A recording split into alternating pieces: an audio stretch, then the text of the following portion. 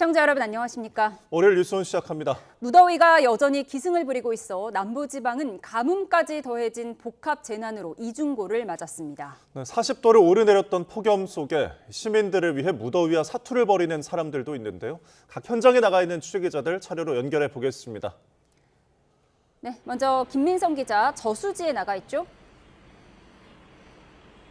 네, 전북 임실 옥정호에 나와 있습니다. 최승훈 기자는 소방서에 나가 있나요? 네, 저는 경기 파주 소방서에 나와 있습니다. 네, 먼저 전북 임실 옥정호로 가보겠습니다. 김민성 기자, 폭염에 가뭄까지 겹쳤다는데 현장 상황은 어떻습니까? 네, 물이 빠져서 호수 바닥이 다 드러난 이 옥정호가 바로 전북의 가뭄 상황을 단적으로 보여주는 현장이라 하겠습니다. 원래 이 옥정호가 인근의 섬진강댐을 만들면서 조성된 아주 널따란 인공 호수입니다. 제가 지금 서 있는 곳도 원래 물이 차 있던 호수 위인데 보이다시피 축구장을 연상케 하는 아주 드넓은 풀밭이 됐습니다. 수위가 정상적일 때 호수 가운데 떠 있는 제 뒤편에 저 섬을 붕어섬이라고 부릅니다. 위에서 봤을 때 붕어를 닮았다고 해서 붕어섬이라고 부르는데요. 지금은 물이 말라 메마른 땅이 넓게 드러나면서 현장에선 이제 광어섬으로 불러야 하는 것 아니냐는 한숨 섞인 말까지 나오고 있습니다. 중계팀이 옥정호 상공에 드론을 띄워 촬영한 영상이 지금 나가고 있습니다. 조성된 산책로 바깥으로 널찍한 공터가 모습을 드러낸 걸 볼 수 있습니다. 폭염 장기화로 수온이 상승해 남조류 증식에 유리한 환경이 만들어지면서 그나마 남은 물빛도 초록빛이 됐습니다. 오늘 낮 기준 옥정호, 그러니까 섬진강댐 저수율은 19.5%입니다. 평년 같은 시기 저수율이 42.4%인 것과 비교하면 절반에도 못 미치는 수준입니다. 지난해 같은 시기 저수율이 60%를 넘었던 것과 비교하면 1년 사이 물그릇 사정이 크게 나빠진 겁니다. 섬진강댐은 호남평에 연간 3억 7천만 톤의 농업용수를 공급하고 있는데요. 문제는 유입량은 사실상 바닥을 친 상황에서도 초당 30톤 안팎의 물을 계속 방류해야 한다는 겁니다. 이 때문에 저수율은 지금 이 순간에도 조금씩 떨어지고 있습니다. 국가가뭄정보 포털을 보면 최근 3개월간 전북 지역 누적 강수량은 360mm로 평년 대비 60% 수준에 그쳤습니다. 전후배는 가뭄 단계 중에 두 번째로 높은 경계 단계가 내려져 있습니다. 한국수자원공사는 비상대책본부를 전사 차원으로 꾸리고 기후부 등 유관기관 공조체계도 강화해 용수 부족 상황에 대응하고 있습니다. 이처럼 전북 지역은 가뭄과 폭염이 겹쳐 몸살을 겪고 있습니다. 폭염 경보 수준의 가마솥 더위가 이어지고 전북 서부에는 폭염 중대경보가 발표된 적도 있습니다. 전북 지역 온열 환자 수는 누적 200명을 넘어섰고 이 가운데 6명이 숨졌습니다. 특히 농촌 지역 고령층이 더위에 취약했습니다. 이번 주 들어 낮 최고 기온이 35도 아래로 떨어질 것으로 예보됐는데 여전히 무더위는 무더위입니다. 가능한 한 외부 활동을 자제하시고 편한 복장으로 활동해 체온을 낮추시기 바랍니다. 이번에는 경기 파주 소방서로 가보겠습니다. 최승훈 기자, 오늘 벌집 제거 활동에 직접 동행했다고요? 네, 낮 12시쯤 벌집이 있다는 신고가 제가 있는 이곳 파주 소방서로 접수됐습니다. 저희 취재진도 곧바로 동행해 현장에서 소방대원들이 벌집을 제거하는 모습을 가까이서 지켜봤는데요. 대원들은 머리부터 발끝까지 덮는 흰색 벌집 제거복을 입고 말벌집 2개를 제거했습니다. 제거복은 보호를 위해 온몸을 감싸고 있는데 저희 취재진도 직접 입어보니 통풍조차 제대로 되지 않아 상당히 답답함을 느꼈습니다. 30분 정도 벌집 제거 활동을 마친 대원의 온몸은 혼자서는 옷을 벗기 어려울 정도로 땀으로 흠뻑 젖어 있었습니다. 한두 번 정도는 괜찮은데 요즘은 여름철에는 하루에 적게는 8건, 많게는 14건, 15건 이렇게 나가다 보니까 인당 3-4번씩은 이렇게 땀을 흘려야 하니까 조금 많이 힘든 부분이 있는 것 같습니다. 대원들은 파주 소방서에서만 하루에 80여 건의 벌집 관련 신고가 접수된다며 폭염 기간엔 화재 진한 만큼 벌집 제거도 힘들다고 설명했습니다. 네, 출근길 교통 단속에 나서는 경찰관들도 무더위 속에서 자리를 지킬 수밖에 없는데 현장 상황 어떻습니까? 네, 저희 취재진이 오전 7시부터 2시간 동안 진행된 출근길 교통 단속에 함께했습니다. 경찰들은 연신 손바닥으로 햇빛을 가린 채 차량을 단속하거나 보행자 안전 확보에 바쁜 모습이었습니다. 하루에 많게는 10시간 이상을 밖에서 근무하는 교통단속 경찰들은 뜨거운 햇볕과 열기가 가장 힘들다고 설명했습니다.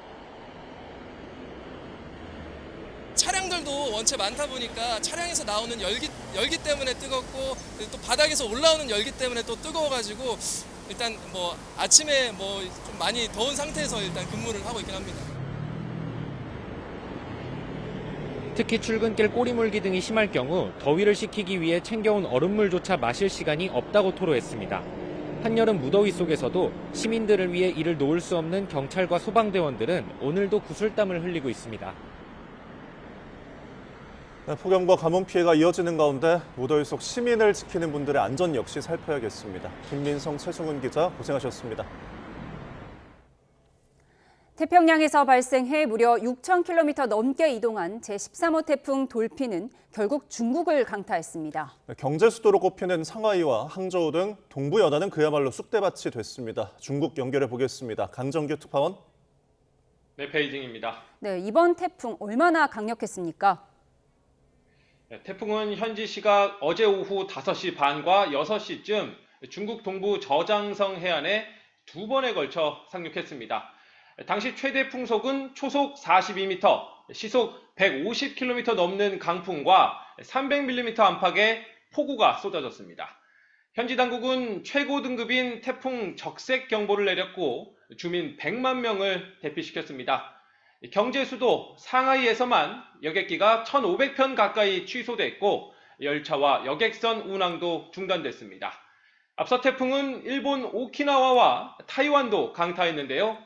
타이완에선 6명 부상에 재산 피해 632건이 접수됐고 항구에 쌓아둔 컨테이너들이 쓰러지기도 했습니다.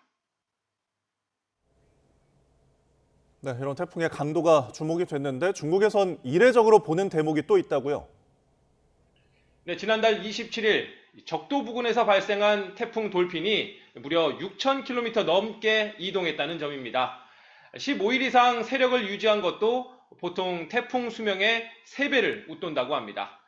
태풍 소용돌이의 전체 크기가 한반도보다 큰 직경 1,300km를 뒤덮는다는 점도 이례적입니다. 태풍 발달 과정에서 태평양의 열과 수증기를 꾸준히 공급받으면서 새를 불렸다는 설명인데요. 그래서 태풍이 상륙한 저장성은 물론 안후이와 허난 등 주변 지역까지 산사태, 홍수 경보가 내려졌습니다. 또 태풍은 모레까지 한반도에서 가까운 산둥과 베이징에도 폭우를 뿌릴 거란 예보입니다. 지금까지 베이징에서 전해드렸습니다. 한반도를 덮었던 열돔이 깨지면서 재난 수준의 더위는 일단 물러났습니다. 네, 하지만 평년보다 강한 더위는 여전한데요. 중국과 일본 주변의 태풍 2개가 앞으로 날씨의 변수입니다. 취재기자 연결합니다. 장하영 기자, 극한 더위에 익숙해져서인지 어제부터는 꽤 견딜만해진 것 같습니다. 그런데 실제 기온은 평년보다 덥다고요? 네, 상대적으로 더위를 덜 체감하는 것뿐이지 오늘도 무척 덥습니다. 오후 3시 현재 서울 기온 34.3도로 평년보다 2도 정도 높은 수준입니다. 강원과 경북 내륙을 제외한 대부분 지역에서 평년보다 1도에서 4도 정도 높은 기온을 보이고 있습니다. 오후 2시 기준 우리나라 최고 기온을 이 색깔로 나타냈습니다. 지난주에 비해 붉은 기온이 확실히 사라졌습니다. 경기 양주시 가남리가 36도로 전국에서 가장 덥고 전북 전주 공식 기온이 34.5도를 기록했습니다. 전주에는 폭염 경보가 발령 중이고요. 경기 북부를 제외한 수도권, 강원 동해안과 내륙 지방을 제외한 전국 대부분 지역에 폭염주의보가 내려져 있습니다. 극한 더위에서 벗어난 건 한반도를 덮었던 이 이중열돔이 잠깐 흐트러졌기 때문입니다. 우리나라는 7월 말부터 지난주까지 대기 상층 티베트 고기압과 하층 북태평양 고기압 이렇게 이중열돔에 둘러싸여 있었습니다. 그런데 어제부터 티베트 고기압은 서쪽으로, 북태평양 고기압은 동쪽으로 물러나면서 뜨겁고 습한 공기가 한결 누그러졌습니다. 네, 앞서 중국 태풍 소식 전해드렸는데요. 우리나라 주변에도 태풍이 여러 개 발달했던데 앞으로 비가 올까요? 네, 현재 진행 중인 태풍은 13호 돌핀과 15호 찬홈, 16호 페이러우 이렇게 3개입니다. 이 중 지켜봐야 할 태풍은 13호와 15호입니다. 지난달 27일 발생한 13호 태풍 돌핀 아주 천천히 서쪽으로 움직여 어젯밤에 중국 상하이 부근에 상륙했습니다. 강도 2를 유지하고 있는데 세력이 약화한 뒤 남은 비구름이 다음 주 중반에 우리나라로 방향을 틀어 서해에 비를 뿌릴 수 있습니다. 15호 태풍 찬홈은 돌핀보다는 세력이 약하지만 돌핀보다 빠른 시일에 우리나라 동해안에 영향을 줄 수 있습니다. 일본을 관통하면서 열대 저압부로 변질한 뒤 우리나라로 돌진할 걸로 보입니다.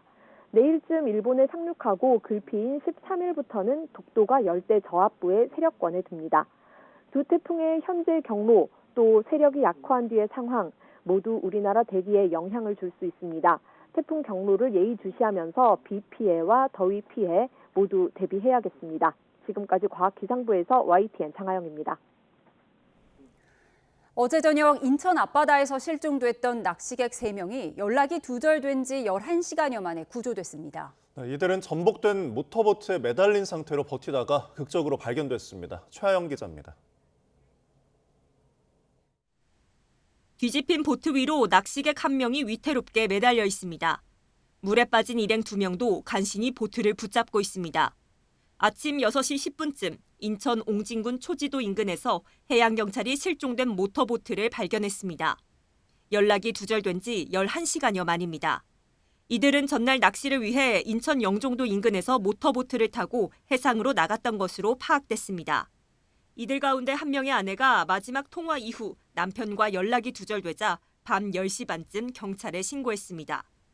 지역 구조본부를 꾸린 해경은 경비함정과 관계기관 선박은 물론 항공기까지 동원해 집중수색에 나섰습니다. 한성수 국무총리는 물론 윤호중 행정안전부 장관도 인명구조를 위한 긴급 지시를 내렸습니다. 발견 당시 이들은 구명조끼를 입은 상태로 전복된 보트에 매달려 있었는데 이 상태로 밤새 구조를 기다렸습니다. 해경은 낚시객 3명을 안전한 장소로 이송했고 생명에 지장은 없는 것으로 파악됐습니다. 해경은 이들이 타고 있던 모터보트가 뒤집힌 이유 등 정확한 사고 경위를 조사하고 있습니다. YTN 최하영입니다.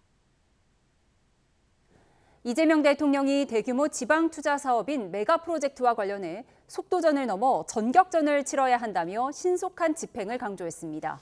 호남 반도체 클러스터 부지로 선정한 광주 군공학의 산업단지가 조기에 들어서도록 기지기능 이전 시한도 2028년 중순으로 제시했습니다. 청와대 연결해 보겠습니다. 정인용 기자, 이 대통령의 발언 어디서 나왔습니까? 네, 이재명 대통령이 오늘 오후 메가 프로젝트 2차 민관 합동회의를 열었습니다. 관련 부처 장관들과 청와대 참모는 물론 삼성전자와 SK 임원들이 배석한 가운데 지난달 6일에 이어 한 달여 만에 점검에 나선 건데요. 이 대통령은 우선 첨단 산업 대규모 투자가 시작된 비상한 상황에 맞춰 비상하게 움직일 수 있도록 정부 혁신에 속도를 내야 한다고 말했습니다. 기업의 대규모 투자가 차질 없이 이뤄지도록 혁신을 이끄는 정부를 넘어 정부 자체가 혁신 모델이 돼야 한다고 주문했습니다. 부처 칸막이나 규제, 인프라 부족 등의 문제로 기업의 투자 의지가 꺾이거나 투자 절차가 지연돼서는 안 된다고 당부했습니다. 특히 속도전을 넘어서 전격전을 치러야 하는 상황이라며 관련 절차를 동시다발적으로 추진해 최대한 빠른 집행이 이뤄질 수 있도록 해야 한다고 강조했습니다. 이 대통령은 구체적으로 지난 회의 때 호남 반도체 클러스터 부지로 선정한 광주 군공항도 거론했는데요. 그러면서 해당 부지가 산업단지로 조기에 활용될 수 있도록 오는 2028년 중순까지 군기지 기능을 다른 군공항으로 임시 배치하라고 국방부에 지시했습니다. 이와 함께 반도체 공장 운영에 필요한 전력이나 용수 공급 계획도 차질 없이 준비해야 한다고 덧붙였습니다. 오늘 회의에서는 호남 반도체 클러스터 사업 후속 조치는 물론 충청권과 영남권의 AI 데이터 센터와 피지컬 AI 산업 추진 전략도 집중 논의될 전망입니다. 지금까지 청와대에서 전해드렸습니다. 국회 투표용지 부족 사태 국정조사 특별위원회가 올림픽공원 개표소 재검표 일정을 놓고 공전을 거듭하고 있습니다. 성난 부동산 민심 속 여야의 내탓 공방도 가열되고 있는데요. 국회로 가보겠습니다. 보장원 기자. 네, 국회입니다. 네, 국조특위 청문회가 올림픽공원 재검표 일정을 놓고 또 평행선을 달리고 있다고요? 네, 오전에 시작된 청문회는 오후 2시 재개됐는데요. 시작부터 쭉 올림픽공원 투표한 검증 일정을 놓고 갑론을박입니다. 당초 국조특위는 재검표 날짜를 오는 18일로 잡아두고 세부 일정은 향후 협의를 이어가기로 했었는데요. 이에 국민의힘은 출범을 앞둔 특검과 연계해야 한다며 일정 재조정을 요구하고 나선 반면 더불어민주당은 특검 가동에 상당한 시간이 걸릴 수 있는 만큼 이번 달 특위 활동 기한 안에 검증을 마쳐야 한다 맞서고 있습니다. 오전 내내 이렇게 부딪혔던 여야는 오후 청문회에서도 공방을 이어갔습니다. 더불어민주당 간사인 윤건영 의원은 국조특위가 정쟁 때문에 또 연장돼선 안 된다면서 이번 달 안에 일정을 정하자고 촉구했습니다. 반면 국민의힘 서범수 간사는 오는 18일까지는 특검이 임명될 것이고 특검과 함께 검증해야 진상을 명백히 밝히고 국민께도 도리라고 맞섰습니다. 여야는 오후 청문회 내내 이렇게 공전을 이어갔고 윤상현 위원장은 더는 진행이 어렵다 하면서 1시간가량 만에 청문회를 정회했습니다. 부동산 이슈를 둘러싼 여야의 책임 공방도 격화하고 있죠. 그렇습니다. 정부가 추가 공급 대책을 예고한 가운데 더불어민주당은 주택 공급 속도전에 동참하겠다 지원 사격에 나섰습니다.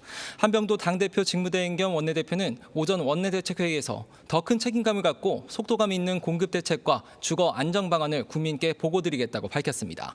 특히 지금의 공급 절벽 책임은 보수 야권에 있는데도 말폭탄, 정쟁에만 몰두하고 있다며 날을 세웠습니다. 들어보겠습니다.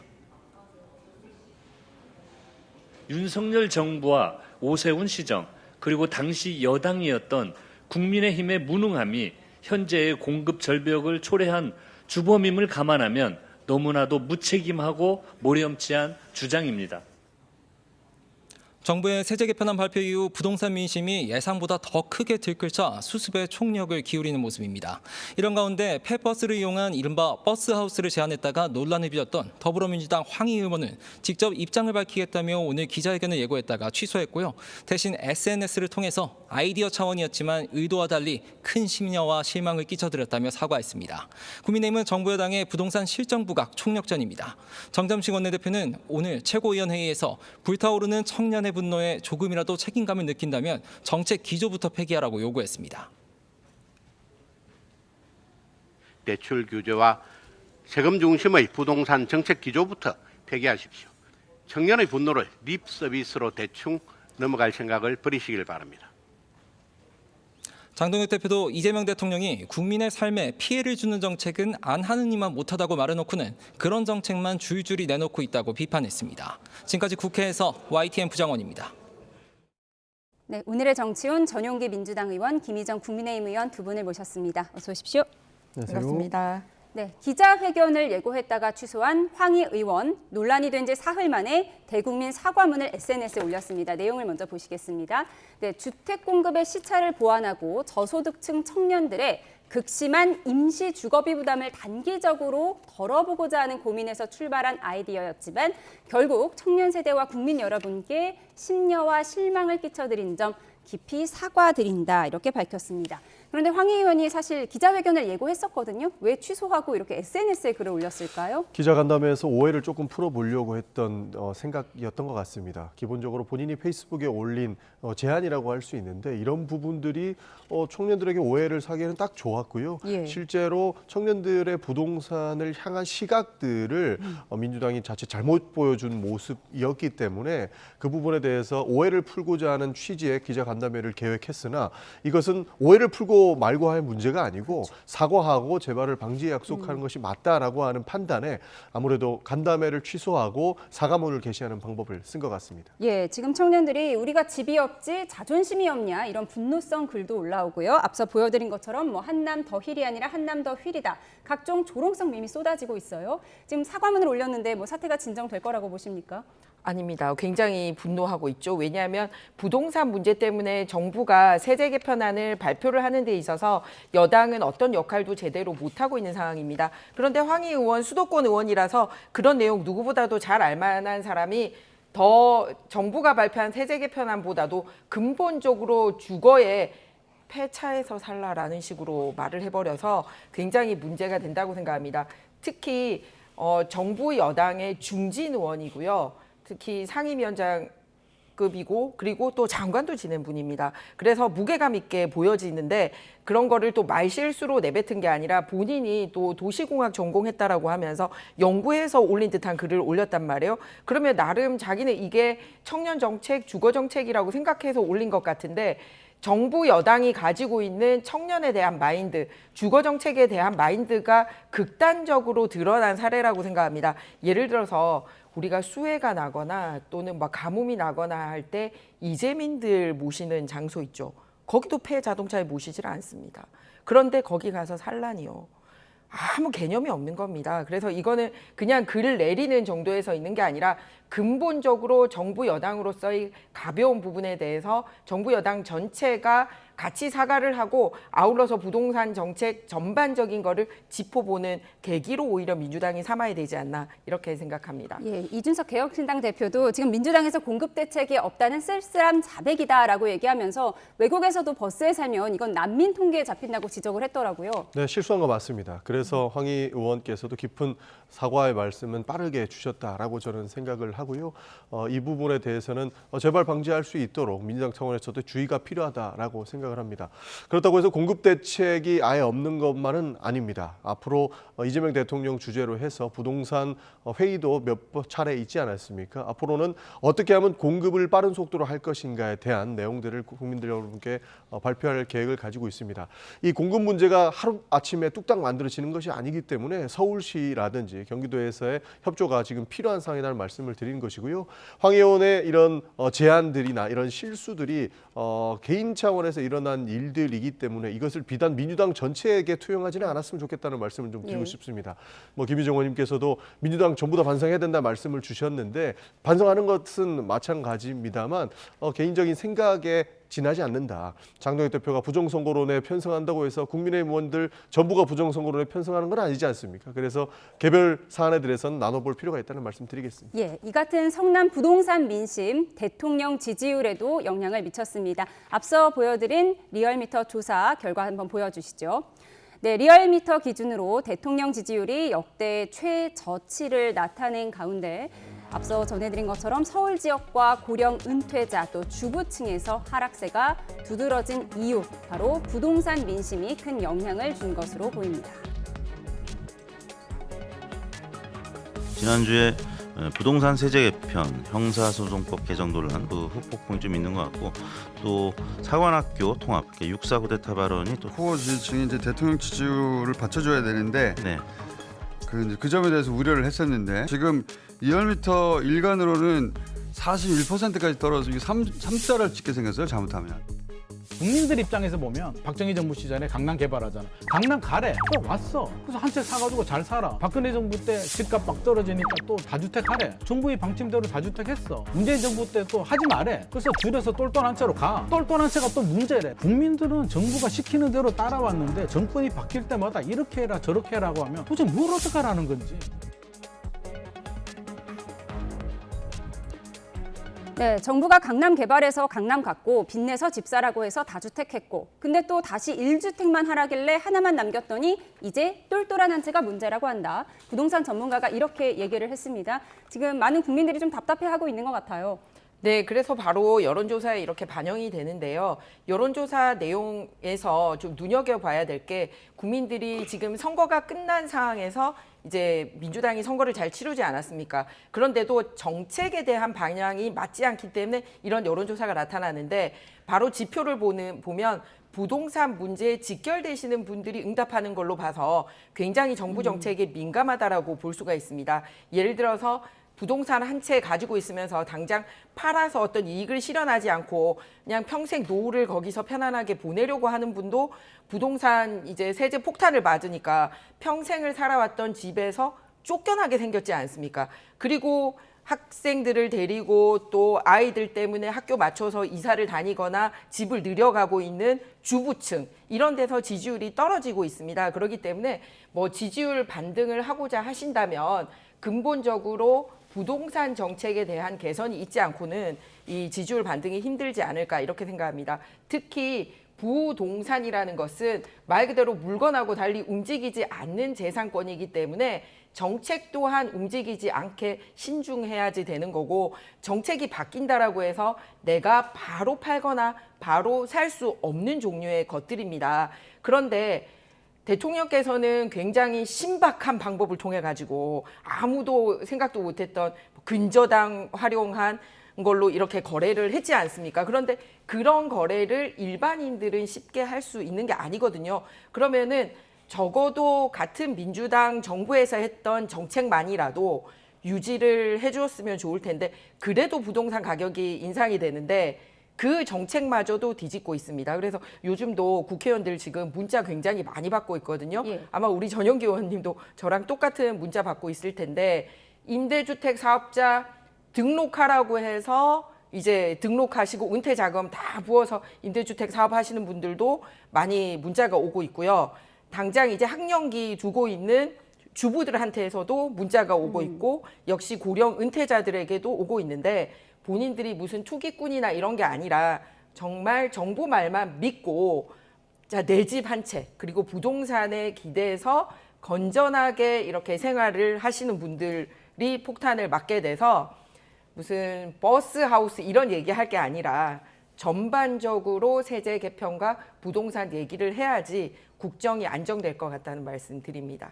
네, 지금 이제 대통령 지지율 그래픽을 보면 김어준 씨는 뭐 잘못하면 40%대가 아니라 30%대까지 떨어질 수도 있다. 뭐 고령층뿐만 아니라 지금 코어 지지층 이탈을 얘기를 하더라고요. 이런 가운데 지금 의원님들 문자 받고 있다고 하셨는데, 세금 더 내지 않도록 이 비거주 1주택의 정당한 사유를 늘려달라, 지금 이런 국민청원이 본물을 이룬다고 하더라고요. 예, 실제 하나의 집을 가지고 있는데 거기에 세금을 과도하게 부과해서 실제 먹고 살기도 힘든데 그 세금까지 어떻게 메꾸느냐에 대한 국민적 목소리는 당연히 반영시켜야 된다고 보고 있습니다. 그래서 정책은 디테일이 있다고 보는데, 일률적으로 우리가 계산해서 일률적으로 세금을 부과하는 방식은 조금 제고해야 된다는 얘기도 사실 민주당 내부에서도 많이 나오고 있습니다. 그래서 그러한 부분들을 부동산 정책에서는 좀 살려야 된다고 보는 것이고, 추가적으로 공급 대책에 대해서는 아마 이번 주나 다음 주 정도에 발표가 될 것 같아요. 지금 뭐 용산공원에 집을 짓자 말자, 지금 민주당에선 지어야 된다, 국민의힘에선 용산공원만큼은 안 된다, 용산공원에 뭐 근조 화환이 늘어서 있다고 하더라고요. 네, 실제 용산공원 안 지으면 어디 지을 건지 대안을 좀 말씀 주셨으면 좋겠어요. 지금 오세훈 시장을 비롯해서 국민의힘의 많은 인사분들께서 재개발, 재건축을 말씀하시는데, 재개발하려고 한다고만 치더라도 당장에 부셨던 집 앞에는 들어갈 집이 없는 상황 아닙니까? 그래서 재개발, 재건축만으로는 공급이 확대되지 않는다라고 하는 측면들이 있습니다. 그래서 용산공원 같이 미군에서 반환된 부지 같은 경우에는 공급도 좀 해서 이 부동산 문제를 바로 잡아야 되는 것 아니냐 하는 대안을 이야기하는 거예요. 그런데 굉장한 비판을 하면서도 대안을 내놓지 않고 전월세 와 관련된 정책들이 일절 서울시에서 나오고 있지 않기 때문에 이 부분을 지적을 하는 겁니다.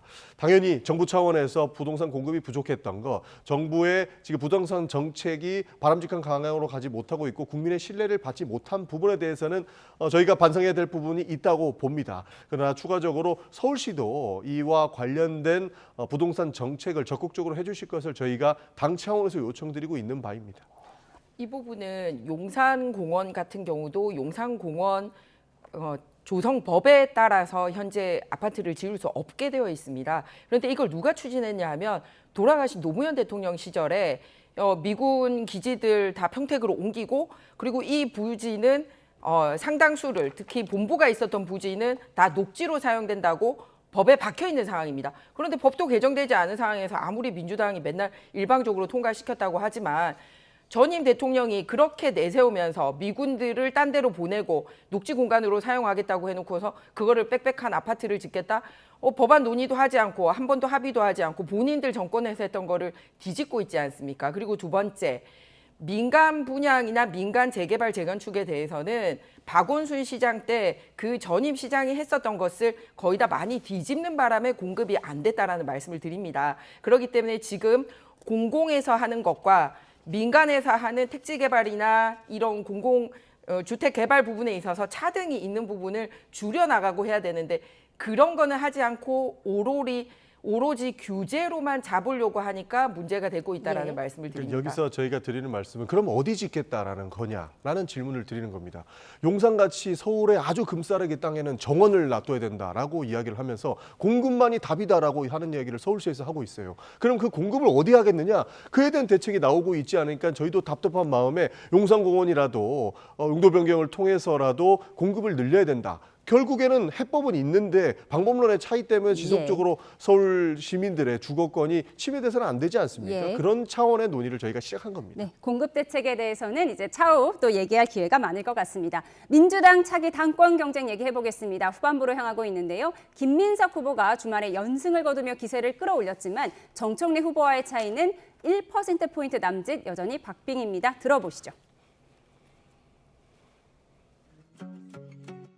말실수를 해서 한 지역을 뺏기는 일도 없을 것이고 중앙당이 입장을 못 정해서 한 지역을 놓치는 일도 없을 것입니다. 연임할 필요가 없다고 다 알아서 한다니까. 우리가 이제 필요 없어요. 뼈 해장국도 3번 끓이면 물도 안 나옵니다. 어머니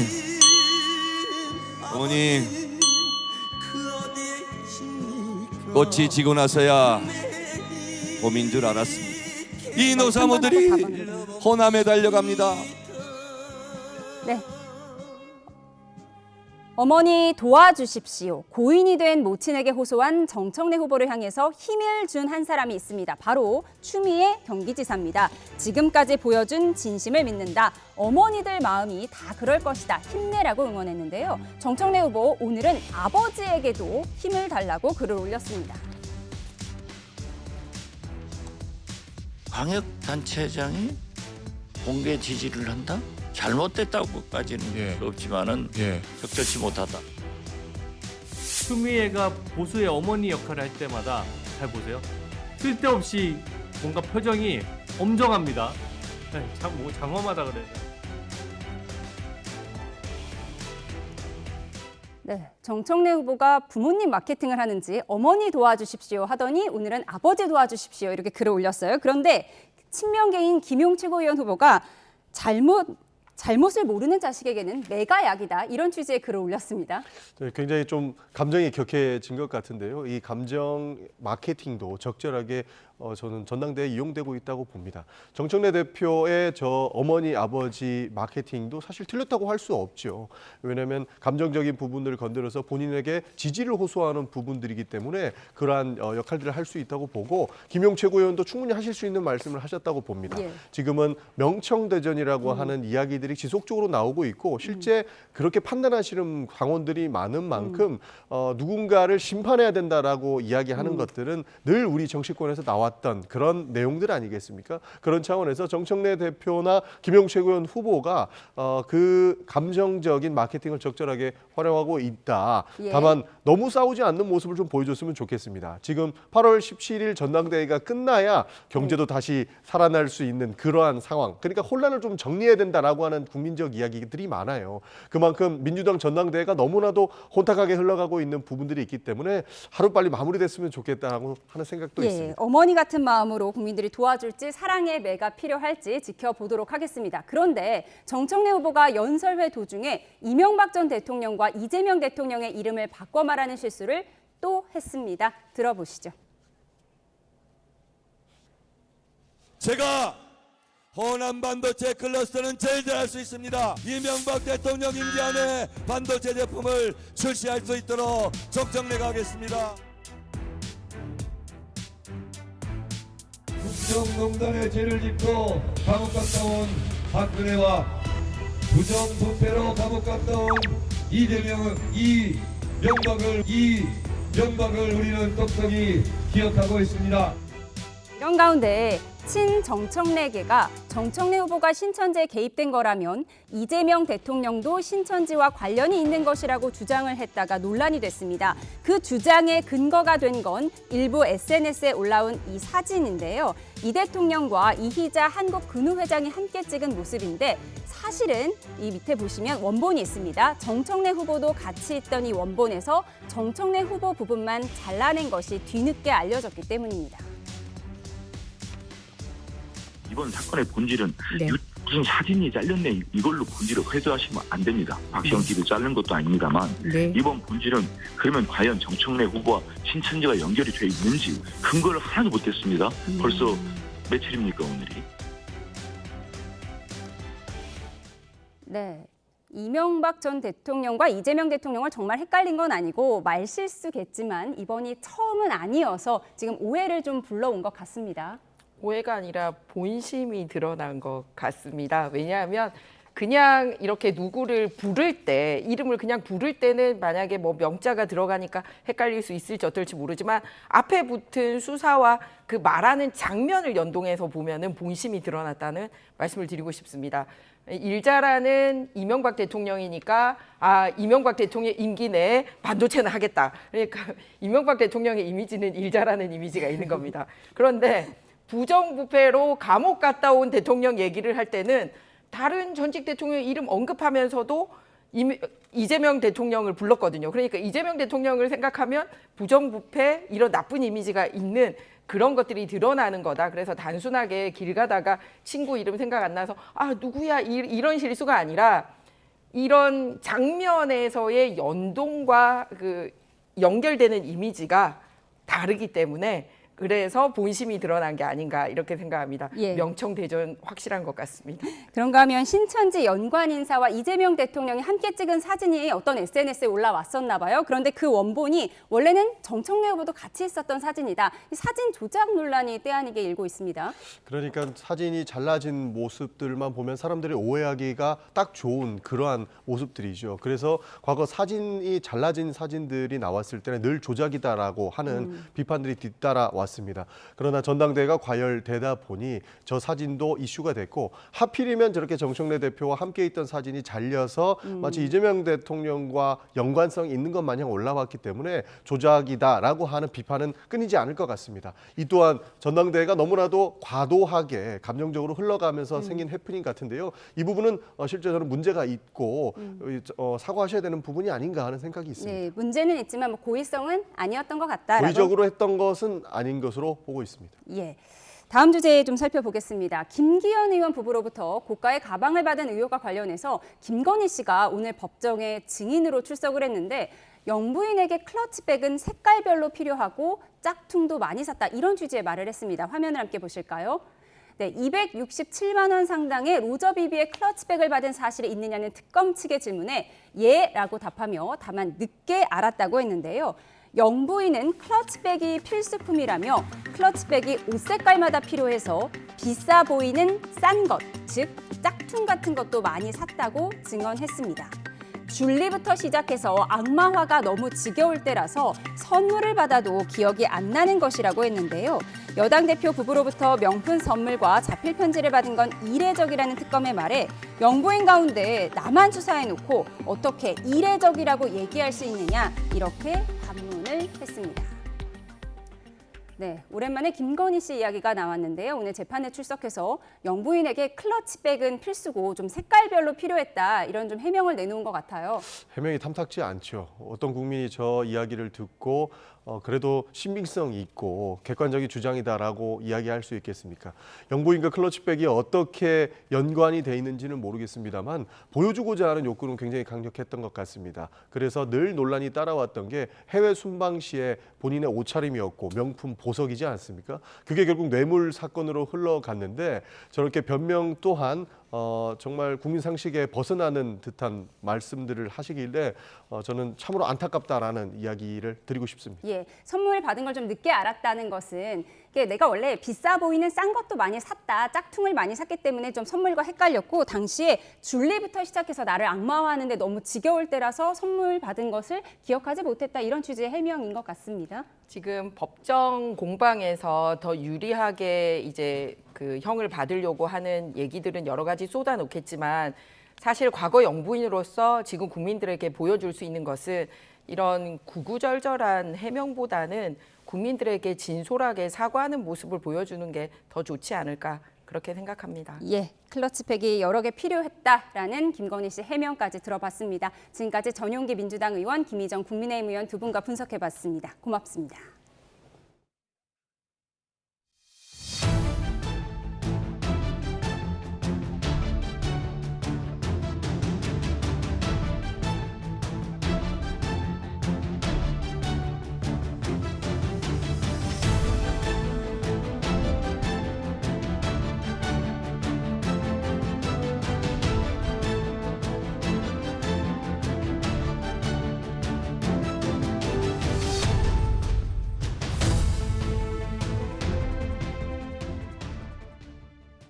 이틀 연속 하락했던 코스피가 상승해서 6,300선 턱 밑에서 마감했습니다. 코스닥은 7% 가까이 급등했는데 장 초반 올해 18번째 매수 사이드카가 발동됐습니다. 취재기자 연결해 좀 더 자세히 알아보겠습니다. 유한웅 기자, 코스피가 사흘 만에 상승 마감했는데 정확한 상황 전해주시죠. 네, 코스피가 0.8% 오른 6,306으로 출발했는데 0.7% 오른 6,299.66으로 마감했습니다. 6,200선 후반과 6,300선 초반을 오르내리며 공방을 벌이다 6,300선 턱 밑에서 장을 마쳤습니다. 코스피 상승은 지난주 금요일 뉴욕 증시 상승 영향이었습니다. 뉴욕 증시에서 고용지표 충격에 금리 인상 우려가 후퇴하면서 3대 지수가 종가 기준 사상 최고치를 기록했습니다. 소프트웨어 주식이 급등했고 엔비디아 상승으로 필라델피아 반도체 지수도 2.6%나 올랐습니다. 이에 따라 삼성전자와 SK하이닉스가 장 초반 강세였는데 장중에 하락 전환했습니다. 삼성전자는 0.43%, SK하이닉스는 0.14% 각각 하락한 채 마감했습니다. 대신 한화 에어로스페이스와 HD 현대중공업, 한화오션과 고려아연, 미래셋증권과 한미반도체, LIG 디펜스 앤 에어로스페이스 등이 급등했습니다. 개인과 기관이 동반 순 매수를 했고 외국인이 홀로 순 매도를 했습니다. 코스닥은 1.1% 오른 808로 출발해 상승폭을 키워 7% 가까이 오른 854로 마감했습니다. 2거래일 만에 다시 800선을 탈환했습니다. 9시 50분쯤엔 올해 18번째 매수 사이드카가 발동됐습니다. 기관과 외국인이 동반 순 매수를 했고 개인이 홀로 순 매도를 했습니다. 원달러 환율은 1,400원대와 1,410원대를 오르내리다 1,418.4원으로 주간 거래를 마쳤습니다. 지난주 금요일에 이어 장중에 1,400원대까지 내려갔습니다. 최근 엔화 강세와 달러화 약세를 위한 미일 외환 당국의 시장 개입 후 원달러 환율은 하락세를 나타내고 있습니다. 시장에선 이런 추세라면 원달러 환율이 지난해 10월 이후 처음으로 1,300원대에 진입할 수 있을 것으로 관측하고 있습니다. 지금까지 YTN 유환홍입니다. 정부가 부동산 세제 개편안을 입법 예고한 지 6일 만에 관련 국민 입법 의견이 5천 건이 넘었습니다. 특히 비거주 1주택에 대한 증세를 멈춰달라, 부득이한 사유로 거주하지 못한 경우 실거주로 폭넓게 인정해달라는 요구가 빗발치고 있습니다. 이승은 기자입니다. 법제처 국민참여입법센터 홈페이지입니다. 지난 4일 입법 예고한 종합부동산세법 개정안에 엿새 만에 3천 건이 넘는 의견이 접수됐습니다. 양도소득세 개편이 담긴 소득세법과 조세특례 제한법 개정안에도 모두 2천 건이 넘는 의견이 달렸습니다. 찬성도 있지만 대부분 반대 의견, 보완해달라는 의견입니다. 특히 비거주 1주택자들의 원성이 높습니다. 한 국가직 공무원은 어떻게 발령 날 때마다 집을 사라는 것이냐며 글을 올렸고 장애가 있는 아이 학교 때문에 비거주한 학부모도 부당하다는 의견을 달았습니다. 또 노모를 모시기 위해 비거주한 며느리도 실거주로 인정해달라는 글을 올렸습니다. 현재 정부안은 1주택자가 1년 이상 계속해 거주 중인 주택에서 취약이나 전학, 직장, 해외 체류, 부모 봉양 등 부득이한 사유로 비거주한 경우 거주로 인정하지만 다른 시군에 살았을 경우라는 조건이 있고 최장 3년까지만 인정해줍니다. 주택법에 따른 리모델링 공사 때문에 장기 이주한 경우에도 재건축, 재개발처럼 거주 기간을 일부 인정해달라는 의견도 있습니다.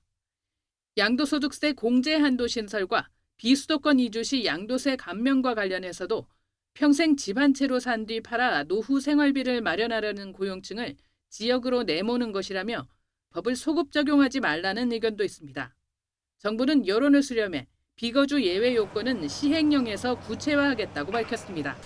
이거는 불가피하네. 이렇게 하면은 최대한 하여튼 그 부분에 대해서는 국민들의 입장에 서서 저희들이 보려고 하고 있고 법이 통과되고 나면은 시행령 개정안에서 또 국민들 의견을 더듬고 해서 최대한 신축적으로 검토할 예정으로 있습니다. 여당 내에서도 비거주 1주택에 대해서는 수정이 불가피하다는 의견이 나오고 있습니다. 1주택 비거주와 관련한 혜택이 축소되는 부분에 대한 부분들, 또 뭐 다양한 부분에 대해서도 의견 수렴을 계속 가지고 있다, 이렇게 보시면 좋을 것 같습니다. 정부는 세법 개정안에 대해 오는 20일까지 입법 예고한 뒤 다음 달 1일 국무회의를 거쳐 3일 이전에 정기국회에 제출할 예정입니다. 기존 가입자의 선택을 제한한 개인 종합자산관리계좌 ISA도 반발이 일자 재검토에 들어갔고 주가 누르기 방지법은 느슨하다는 지적에 다시 들여다보고 있습니다. YTN 이승은입니다. 더불어민주당 황해 의원이 청년들을 위한 주택 공급 확대책으로 이른바 버스하우스를 제안했다가 논란이 커지자 결국 사과했습니다. 황 의원은 오늘 주거 당사자인 청년들의 마음을 세심히 살피지 못해 상처와 실망을 줬다며 진심으로 사과한다고 밝혔습니다. 이어 정부 주도 공급의 시차를 보완하고 저소득층 청년의 주거비 부담을 단기적으로 덜자는 취지에서 내놓은 거지만 결과적으로 청년들이 직면한 주거 문제의 엄중함을 깊이 헤아리지 못했다고 설명했습니다. 법무부 감찰위원회로부터 출석 통보를 받은 박상용 검사가 기일을 연기해달라고 요청했습니다. 박 검사는 오늘 법무부 감찰위로부터 출석과 의견서 제출을 요구받았는데 변호사 면담 등 준비 시간이 부족해 일정을 일주일만 미뤄달라고 밝혔습니다.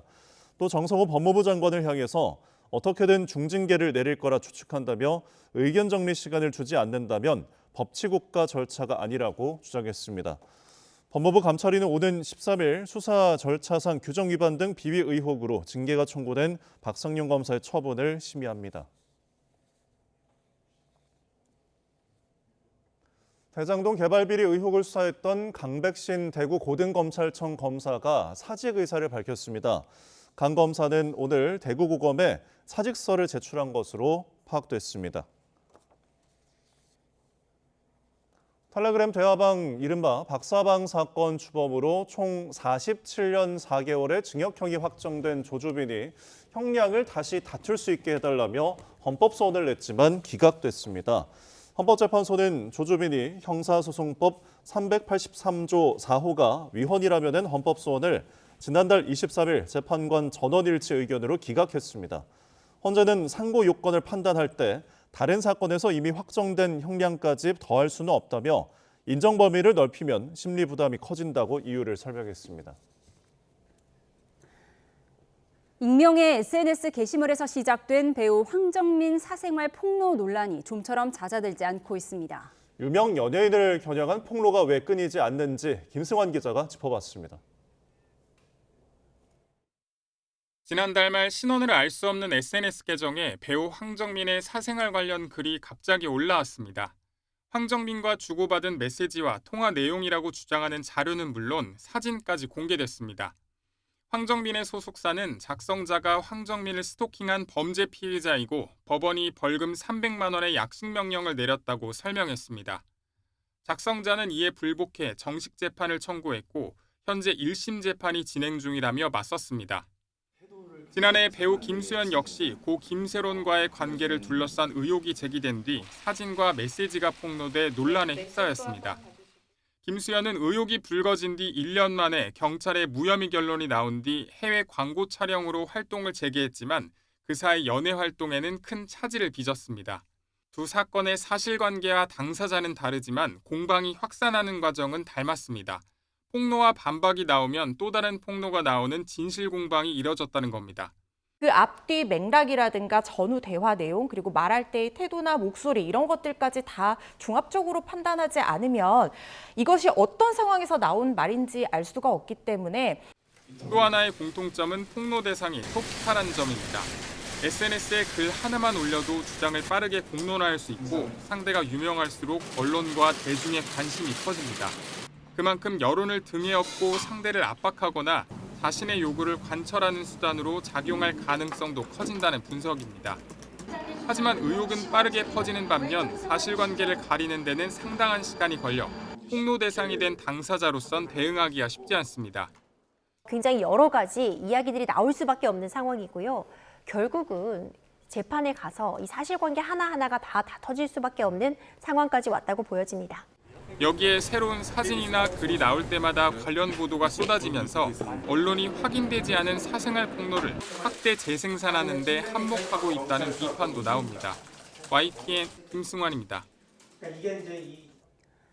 대포통장으로 5천억 원대 불법 도박 사이트 범죄 수익을 세탁한 2개 조직 19명이 검거됐습니다. 광주경찰청 광역범죄수사대는 대구와 부산에 거점을 둔 자금 세탁 조직 총책과 관리책 19명을 붙잡아 12명을 구속했습니다. 이들은 대포통장 107개를 이용해 불법 도박 사이트 운영자로부터 5천억 원을 입금받아 다른 계좌로 반복 재이체하는 방식으로 자금을 세탁한 혐의를 받습니다.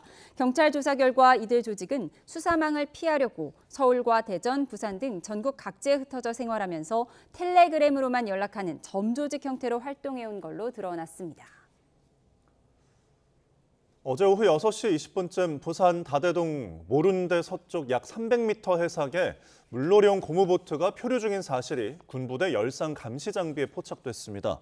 신고를 받은 해경은 연안 구조정을 보내 표류 중인 고무보트를 타고 있던 10대 A군을 구조해 부모에게 인계했습니다.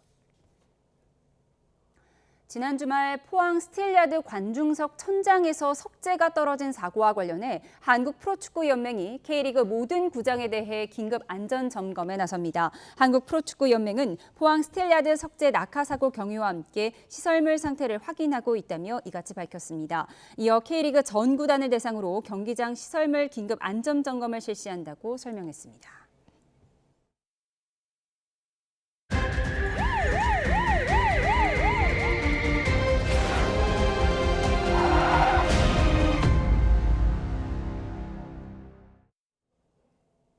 소박이나 병원이 아닌 사설기관에서 운영하는 구급차는 의료 공백을 보완하고 한 명의 생명이라도 더 살리기 위해 도입됐습니다. 하지만 난폭 운전과 잦은 사고는 물론 관리 사각지대에 놓여 있다는 지적이 끊이지 않았는데 YTN이 사설 구급차의 실태를 집중 취재했습니다. 먼저 하루아침에 중학생의 목숨을 앗아간 사고의 배경에 어떤 편법 영업이 있었는지를 고발합니다. 이은정 기자가 단독 보도합니다. 지난 4월 강원도 원주, 평소처럼 학원으로 향하던 중학생이 사설 구급차에 치여 숨졌습니다. 구급차는 환자도 없이 시속 60km 구간을 시속 91km로 질주하다 다른 차량과 충돌한 뒤 인도를 덮쳤습니다. 그냥 걸어가다가 그냥 그렇게 사고를 당하는 이렇게 말도 안 되는 속도를 줄이고 좌우로 살폈어야죠. 근데 하나 없는 건강한 애를 그렇게 당시 구급차는 사고가 난 원주에서 강릉으로 향해 환자를 태운 뒤 다시 서울에 있는 한 대형 병원으로 이동할 계획이었습니다. 경찰은 사고 책임을 물어 사설 구급차 운전자를 교통사고 처리 특례법상 치사 혐의로 불구속 송치했습니다. 하지만 어린 학생의 목숨을 앗아간 직접적인 원인으로 꼽히는 난폭 운전 혐의는 무죄로 받습니다. 환자를 태우러 이동하는 시점부터 긴급성이 인정된다는 보건복지부의 유권 해석에 따라 긴급자동차 특례를 적용한 겁니다. 사고로 훼손된 나무에는 교복 단추가 빼곡히 붙어 있습니다. 숨진 아이를 기억하는 친구들이 애도의 마음을 담아 남겨둔 겁니다. YTN 취재 결과 사고를 낸 구급차는 비영리 사회복지법인인 대한인명구조단 횡성지부 소속이었습니다. 그런데 정작 이송지 씨는 엉뚱한 사설구급차 업체에서 내려왔고 최근까지 운전자의 4대 보험과 급여도 해당 업체에서 내준 것으로 확인됐습니다. 어쨌든 4대 보험을 안에 들어놓고 기사가 뭐 100% 채워주진 않을 경우에 이렇게 태우고 된 모양이에요. 사실상 사설업체의 돈벌이에 대한인명구조단 구급차가 쓰이는 것으로 응급의료법 위반에 해당할 가능성이 큽니다. 결국 불법 운행되던 구급차에 10대 학생이 목숨을 잃었을 수도 있는 건데 이를 규명하고 관리할 수사기관과 보건당국은 아직까지 마땅한 대응책을 내놓지 않고 있습니다. YTN 이현정입니다. 환자 없는 사설 구급차의 어린 중학생이 목숨을 잃었지만 응급의료법 위반과 관련한 경찰 수사와 보건당국의 조치는 더디기만 합니다. 생때 같은 자식을 잃은 부모의 가슴은 오늘도 까맣게 타들어가고 있습니다. 이어서 김혜린 기자입니다. 경찰은 15살 중학생의 목숨을 앗아간 사설 구급차 운전자를 교통사고 처리 특례법상 치사 혐의만 적용해 불구속 송치했습니다.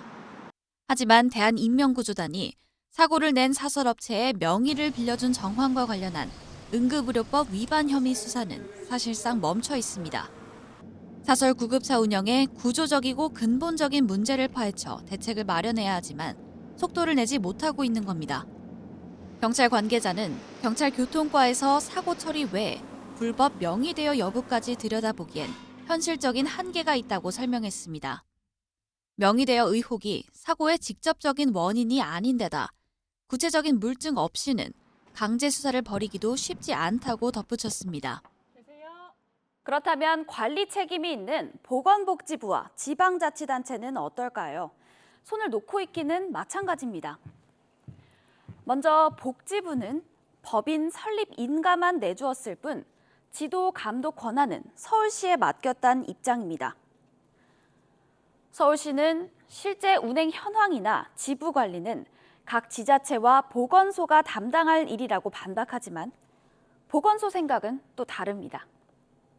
우리가 이 법인에 대해서 제재할 수 있는 근거가 너무도 미약하다. 계속 복지부에 대해 얘기하거든요. 서울시에서 걔네 없애. 우리는 법 못 받고. 건강지침에 대해서 되게 말이 많았고 법적으로는 뭐 저희가 애매한 부분이 있는 것 같아요.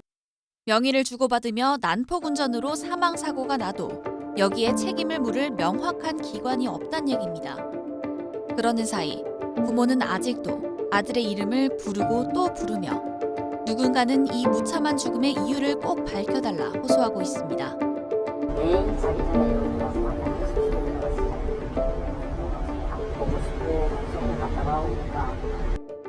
YTN 김혜린입니다. 네, YTN이 단독 보도한 사설구급차의 명의대여 의혹과 관련해 복지당국이 긴급 점검에 나섰습니다. 보건복지부는 서울시, 서초구와 함께 문제 사설구급차가 소속돼 있는 대한인명구조단 법인에 대해 현장 점검을 추진하기로 했습니다. 또 구조단 지부의 구급차에 대해서도 점검과 관리체계 개선에 나서는 동시에 불법 사항이 확인될 경우 경찰에 수사 의뢰할 방침입니다. 네, 등딱지에 글씨가 가득 적힌 거북이가 부산에서 발견됐습니다. 누군가 방생한 것으로 보이는데 이런 행동 처벌받을 수 있습니다. 화면 함께 보시죠. 네, 어제 오전 부산 기장군 해안가 배수로에서 발견된 거북이입니다. 몸 길이 30cm 정도로 꽤 큰데 등딱지에 흰 글씨가 빼곡합니다. 업무 번창, 무병 건강 등의 문구와 함께 집 주소와 이름도 적혔습니다. 누군가 소원을 적어 방생한 것으로 추정이 되는데요. 문제는 이게 단순히 소원을 빌고 끝날 일이 아니라는 겁니다. 전문가들은 이 거북이가 생태계 교란종에 해당하는 것으로 보고 있는데요. 생태계 교란종은 원칙적으로 수입, 유통하거나 방사하면 안 됩니다. 어길 경우 2년 이하의 징역이나 2천만 원 이하 벌금에 처해질 수 있습니다. 또 동물보호법은 도구나 약물 등으로 동물에게 상해를 입히는 걸 금지하고 있는데요. 거북이 등에 글씨를 쓰는 행위가 동물학대에 해당할 수 있는 겁니다. 앞서 지난 5월에도 경남의 한 해수욕장에서 건강, 소망, 직장 안정 등 흰 글씨로 뒤덮인 거북이가 발견된 적이 있습니다. 역시 생태계 교란종으로 추정된 터라 경찰은 등딱지에 적힌 정보로 피의자를 특정해 수사에 나서기도 했는데요. 행복하려고 소원을 빌려다 자칫 불행한 처지에 놓일 수 있다는 점 잊지 말아야겠습니다. 서울 수색동 아파트 가정집에서 한밤중 수도관이 파열되면서 물이 넘치는 사고가 났습니다. 감전 우려에 전기를 자체 차단하고 승강기 운행마저 중단되면서 주민들은 무더위 속 극심한 불편을 겪었습니다. 김다연 기자가 보도합니다. 가정집 천장이 아래로 불룩하게 내려앉았고 뻥 뚫린 구멍 사이로 물이 뚝뚝 떨어집니다. 젖은 옷과 가재 도구, 가구들이 집안 곳곳 널브러져 있습니다. 서울 수색동에 있는 아파트에서 천장 속 배관이 파열돼 한밤중 물난리가 난 겁니다. 물은 순식간에 사람 발목 높이까지 차올랐고 아래층으로도 흘러넘치면서 한때 복도와 계단, 지하까지 침수됐습니다. 물이 폭포수처럼 쏟아져가지고요. 불과 10분 만에 바닥에 한 발목까지 전체가 물이 가득 차가지고 깜짝 놀랐죠. 감전될까 걱정해 전기까지 스스로 차단한 주민들은 무더위 속 힘겨운 밤을 보냈습니다. 이렇게 버튼을 눌러도 승강기가 작동하지 않습니다. 관리사무소는 안전사고 우려로 승강기 운행을 중단시켰습니다. 최대 21층까지 주민들은 아기를 안고 무거운 가방을 들고 땀을 흘리며 힘겹게 계단을 오르내려야 했습니다. 지금 이 더위에 걸어다니는 분들, 입주민들 생각하면 상당히 급한 문제입니다. 이 아파트에 입주가 시작된 건 불과 5년 전. 그런데 초기부터 비슷한 피해가 여러 차례 있었다는 주민들 증언도 잇따랐습니다. 요 단지에서만 몇 번째라고 보면 되는 거예요? 여기선 2번째고요. 네네. 저쪽 1동에서 한 번 있었어요. 한 번? 예. 배관 등의 하자가 의심돼 시공사를 상대로 이미 소송도 진행되고 있습니다. 관리사무소 측은 소방배관이 파열된 것으로 보인다며 정확한 원인을 파악하고 있다고 밝혔습니다. YTN 김다현입니다.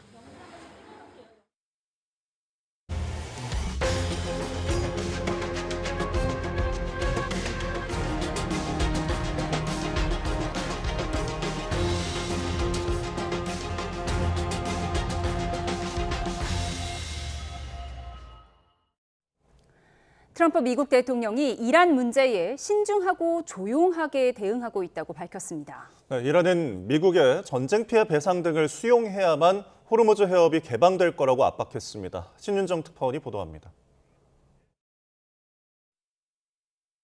트럼프 미 대통령은 미 온라인 매체 악시오스와의 통화에서 이란 문제에 대해 로우키, 저강도로 대응하고 있다고 밝혔습니다. 그러면서 이란과 부분적으로 협상하면서 돈이 없는 이란 상황을 지켜보고 있다고 말했습니다. 며칠 전까지만 해도 마지막 기회라며 신속한 합의를 고강도로 압박한 것과는 달라진 모습입니다. I want to give them every last chance before decapitation. This is a last chance for them to sign a good document. 트럼프 대통령은 이란과의 협상이 교착 상태에 빠진 걸 두고 체스 게임 같다면서도 잘 될 거라고 낙관론을 이어갔습니다. 악시오스는 트럼프 대통령이 새 군사 공격을 지시하기보다는 이란에 대한 경제적 압박을 강화할 준비가 됐음을 시사한 거라고 분석했습니다. 이란은 미국이 전쟁 피해를 배상하기 전까지 호르무즈를 열지 않을 것이며 직접 협상은 없을 거라고 밝혔습니다. 이란 최고 국가안보회의가 전쟁 배상과 해상 봉쇄 해제, 중동 지역 미군 철수 등 6개 조건을 요구한 데 이어 압박을 이어간 겁니다. آمریکا به هر حال آنچه که نقض کرده در یادداشت تفاهم رو جبران نکنه امکان شروع مجدد مذاکرات وجود نداره. 미국과 이란 간 협상이 지지부진하면서 미국 내 유권자 불만은 커지고 있는 것으로 나타났습니다. 미 CNN 방송은 최근 잇따라 발표된 여론조사에서 미 공화당이 전통적으로 강점을 보여온 경제, 안보 분야에서 민주당의 우위를 잃고 있다고 전했습니다. 그러면서 트럼프 대통령이 이란전 개시와 관세 부과가 초래할 파장을 크게 잘못 예측했음을 보여주는 듯하다고 짚었습니다. 워싱턴에서 YTN 신윤정입니다. 최근 이란 최고 지도자 모스타바의 위독설이 또다시 불거진 가운데 이란 매체가 모스타바의 영상을 또 공개했습니다. 네, 이란 정부는 또 하메네이의 최측근이자 혁명수비대 원로격인 레자이를 새로운 안보수장에 전격 임명했는데요. 모스타바의 건재함을 과시하려는 의도라는 분석이 나옵니다. 박영진 기자가 보도합니다. 이란 국영 언론이 모즈타바의 영상을 공개했습니다. 지난 3월 최고 지도자에 오른 뒤 영상이 공개된 건 사실상 처음. 10초 분량의 영상엔 모즈타바가 사람들에게 종교 수업을 하는 모습이 담겼습니다. 정확한 날짜를 밝히진 않았지만 전쟁 전에 촬영된 과거 영상으로 추정됩니다. 이란 당국은 앞으로 모즈타바가 대중 앞에 나서거나 군 지휘관들을 만나는 새로운 사진도 공개될 예정이라고 밝혔습니다. 이란 국영 매체들은 모즈타바와 페제시키안 대통령이 만나 군사와 경제 현안 등을 논의했다고도 보도했습니다. 앞서 지난 5일 페제시키안 대통령은 최고 지도자와의 소통이 매우 어렵다고 호소한 바 있습니다. امکان ارتباط با ایشون الان خیلی سخته. ولی به هر حال بودنش نقطه قوت بسیار بالایی است برای ما. 이란 정부는 또 혁명수비대 총사령관 출신으로 최근까지 모즈타바의 군사 고문을 맡아온 모흐센 레자이를 새 안보수장에 임명했습니다. 레자이는 호르무즈 해협의 완전한 통제와 미국과의 전면전까지 주장해온 이란 내 초강경파로 꼽힙니다. ناوهای آمریکا برای پایگاه آمریکا خطرات جدی به وجود خواهد اومد. یعنی ما دست بزنیم روی دست هم دیگه آمریکا به محاصره دریایی ادامه بده. 모즈타바의 영상 공개에서 새 안보수장 임명까지 최근 또다시 불거진 무지타바 위독설을 진화하고 건재함을 과시하기 위한 이란 당국의 메시지로 보입니다. 특히 이란 최고 국가안보회의가 레자이 체제로 구축되면서 군부 강경파 중심의 외교안보 체계를 더욱 공고히 했다는 해석이 나옵니다. 이란의 강경한 입장과 요구가 단기간 내에 완화될 가능성은 더욱 희박해지면서 가뜩이나 꼬인 휴전 협상도 돌파구를 찾기가 어려워 보입니다. YTN 박영진입니다. 미국과 이란의 분쟁이 소강 상태에 들어선 사이 친이란 무장 세력들은 호르무즈와 홍해에 이어서 북쪽 수에즈 운하 길목까지 위협하고 있습니다. 특히 예멘 후티 반군이 사우디 정유단지와 모카항 등 홍해 연안 거점들을 연일 맹폭하면서 사우디는 도간에 갇힌 신세가 됐습니다. 권영희 기자입니다.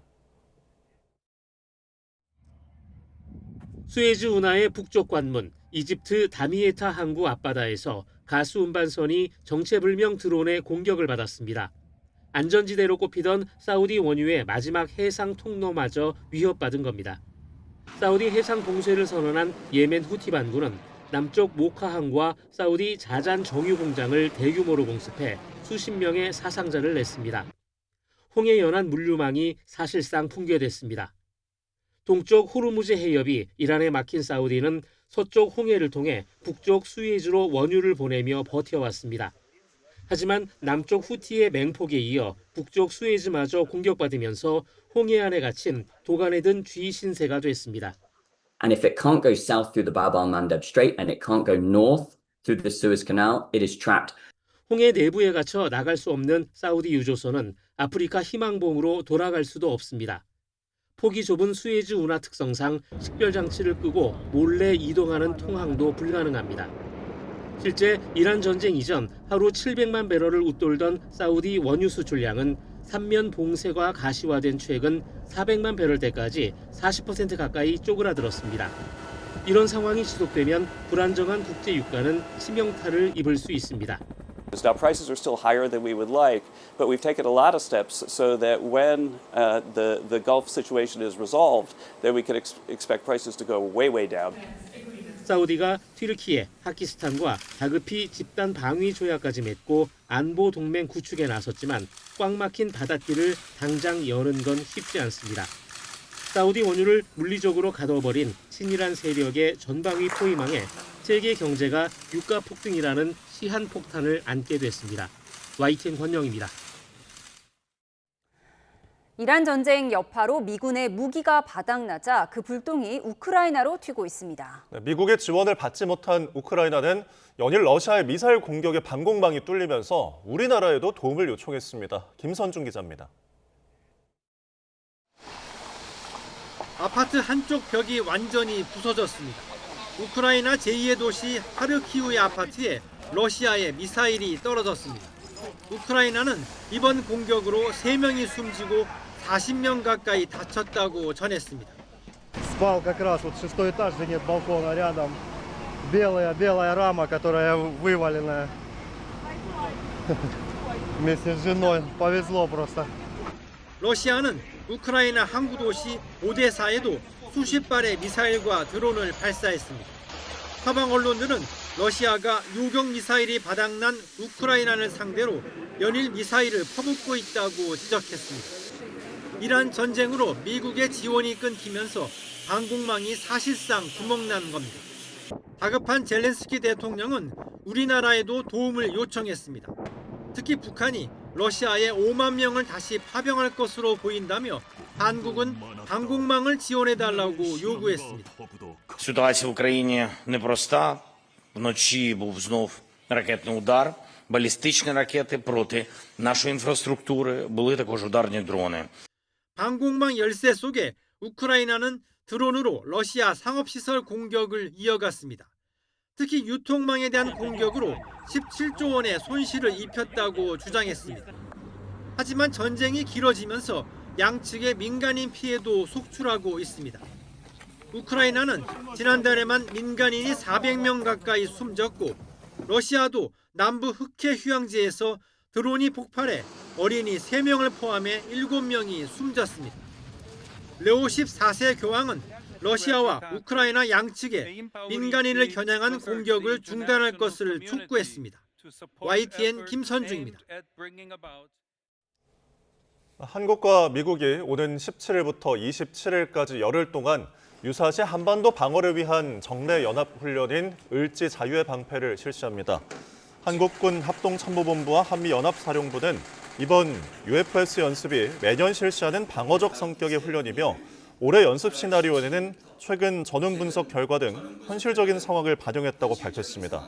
합참은 이번 연습이 연합합동 전 영역 작전을 포함한 동맹의 연합 방위 태세를 강화하고 한미가 합의한 조건에 기초한 전작권 전환 준비를 지속적으로 추진하는 계기가 될 거라고 설명했습니다.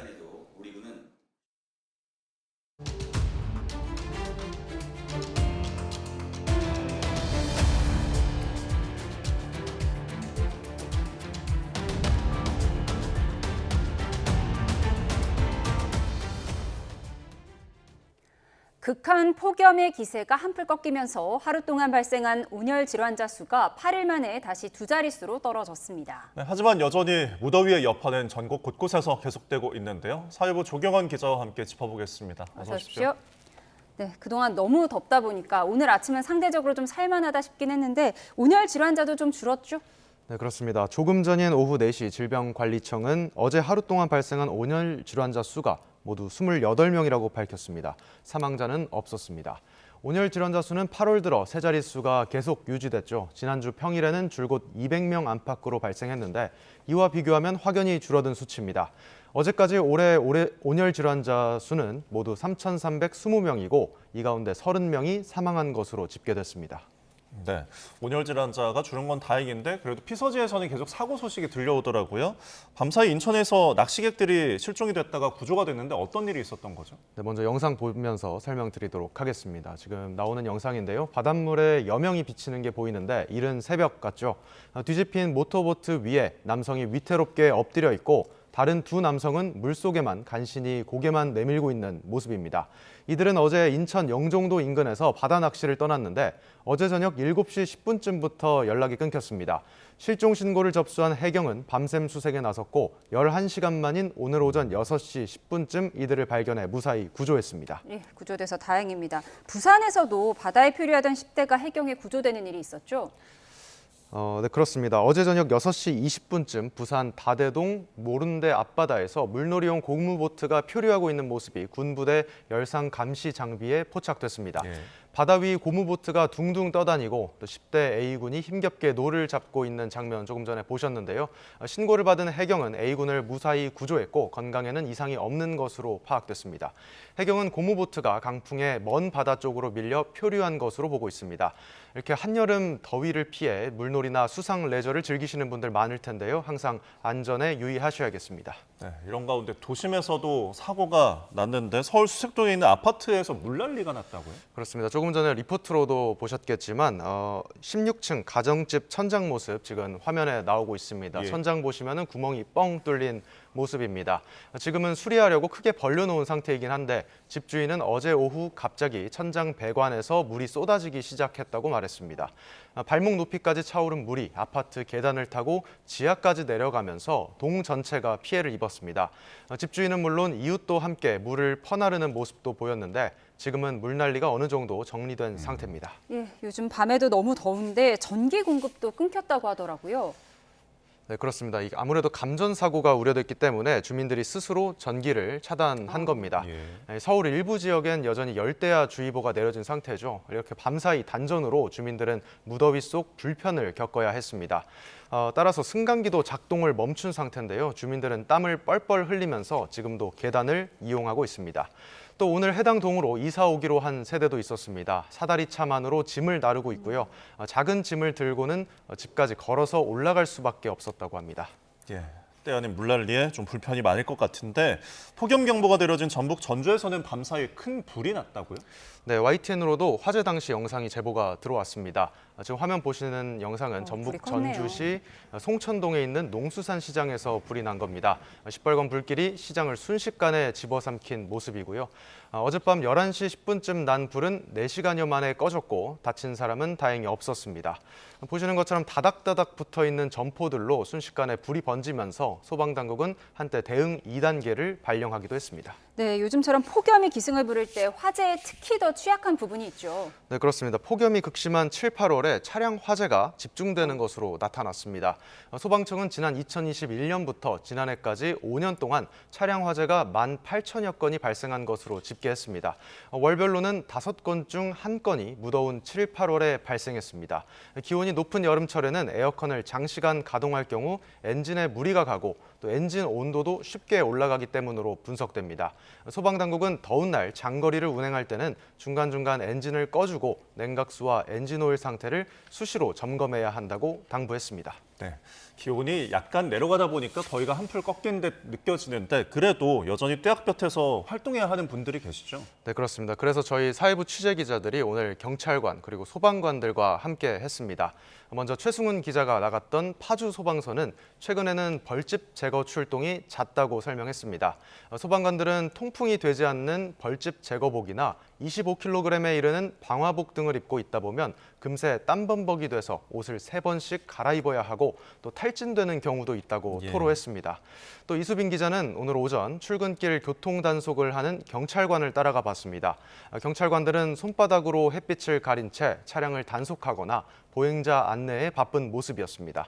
이렇게 교통경찰들은 하루에 많게는 10시간 이상을 밖에서 근무하는데 차량 열기는 물론 도로에서 올라오는 지열 때문에 체력 소모도 크다고 말했습니다. 네, 장시간 야외에서 일해야 하는 분들 좀 고충이 클 것 같습니다. 이렇게 극한 폭염이 전국적으로 나타나면서 그 여파도 상당하죠. 네, 그렇습니다. 하천과 호수가 이 뜨거운 열기에 데워지면서 녹조 현상도 곳곳에서 관찰되고 있습니다. 강원도에 있는 소양호, 또 충청도에 있는 대청호, 울산에 있는 회야호 등 주요 식수원으로 쓰이는 곳에서 녹조가 관찰된 겁니다. 특히 소양호 상류에서는 4년째 여름마다 녹조 현상이 반복되고 있는 상황입니다. 회야호에서는 취수탑 근처까지 녹조가 침범하면서 17년 만에 조류경보 관심 단계가 발령되기도 했습니다. 예, 폭염 피해가 이렇게 곳곳에서 나타나고 있는 반면에 영동 지방에선 지난 주말 폭우가 쏟아졌죠? 맞습니다. 그제 강원 동해안 지역이죠. 제13호 태풍 돌핀의 영향으로 오전 한때 시간당 80mm가 넘는 장대비가 쏟아지기도 했습니다. 지금 당시 YTN으로 들어온 제보 영상 보고 계신데요. 그제 오전 강릉 중앙동 모습 보시면 도로가 물에 잠기고 하수구에서 물이 솟아오른 모습 조금 전에 보신 거고요. 상가 CCTV에는 빗물이 차오르는 모습이 고스란히 담겼고 일대 상가 수십 곳이 지금 보시는 것처럼 이렇게 침수 피해가 있었습니다. 비슷한 시각 강릉 임담동에서도 길 한복판 흙탕물이 역류하고 있고 도로가 물바다로 변했습니다. 불행 중에 그나마 다행이라면 이날 내린 비로 최근 동해안을 뜨겁게 달궜던 폭염이 조금은 누그러진 것으로 보입니다. 예, 태풍 돌핀은 중국을 강타했지만 이 간접 영향권에 든 우리 제주도에도 지금 피해가 있었죠. 그렇습니다. 지금은 중국에 상륙했지만 서쪽으로 점점 서진하면서 제주도에서는 강풍 피해가 잇따랐습니다.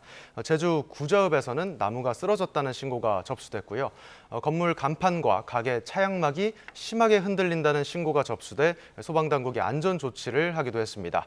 순간 풍속 최대 초속 20m의 강한 바람이 불어 제주 산지와 서귀포 등에는 강풍주의보가 발효됐습니다. 또 제주와 남해안을 중심으로 전국 대부분 해상에 풍랑특보가 내려지면서 여객선 운항도 일부 멈췄습니다. 네, 지금까지 사회부 조경원 기자와 함께 폭염 상황, 사건, 사고 소식들 차례로 짚어봤습니다. 오늘 고맙습니다. 수고하셨습니다.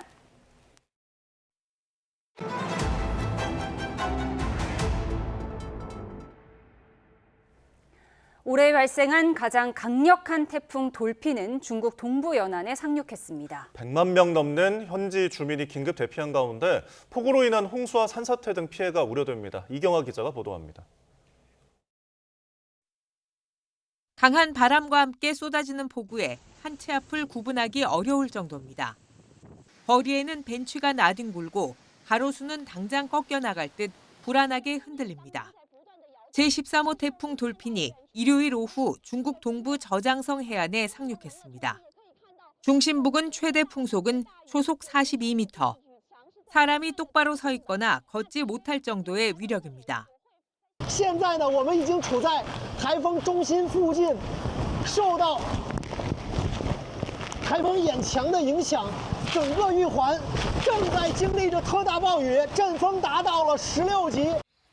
저장성뿐 아니라 상하이도 태풍 영향으로 이미 도로와 주택 곳곳이 물에 잠겼습니다.